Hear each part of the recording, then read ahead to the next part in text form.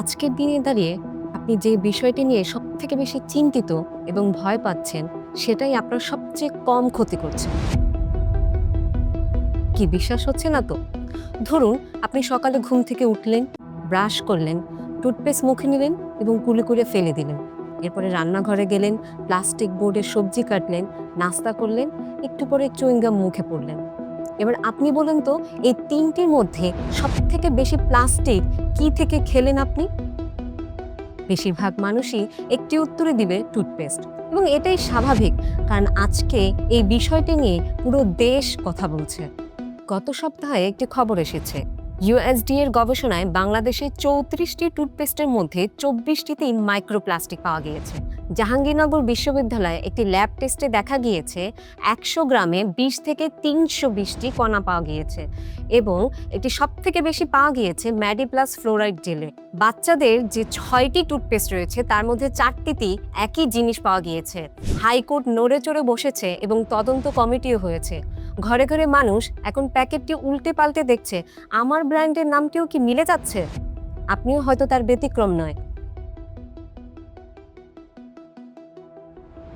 আপনার রান্নাঘরে ওই যে প্লাস্টিক বোর্ডটি রয়েছে, যেখানে রোজ আপনি সবজি কাটেন, সেখান থেকে প্রায় ৮ কোটি মাইক্রোপ্লাস্টিক সরাসরি আমাদের খাবারের সাথে মিশে আমাদের শরীরে প্রবেশ করে।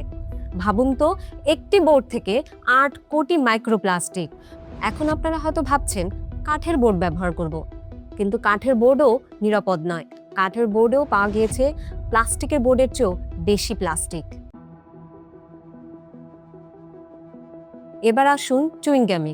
ইউসিএল এর গবেষকরাও মেপে দেখেছে, একটি চুইংগাম চেবালে প্রায় ১০০টি কণা লালার মাধ্যমে আমাদের শরীরে প্রবেশ করছে। মাঝে মাঝে এটি ৬০০টিও হয়ে যেতে পারে। এবার ভেবে দেখুন তো, একটি পুরো চুইংগাম যদি আমরা চেবই, তাহলে প্রায় ৩,০০০ কোটি মাইক্রোপ্লাস্টিক আমাদের শরীরে প্রবেশ করছে। চুইংগাম চেবাবেন, তাহলে প্রতি বছরে ৩০,০০০ মাইক্রোপ্লাস্টিক আপনার শরীরে ঢুকছে।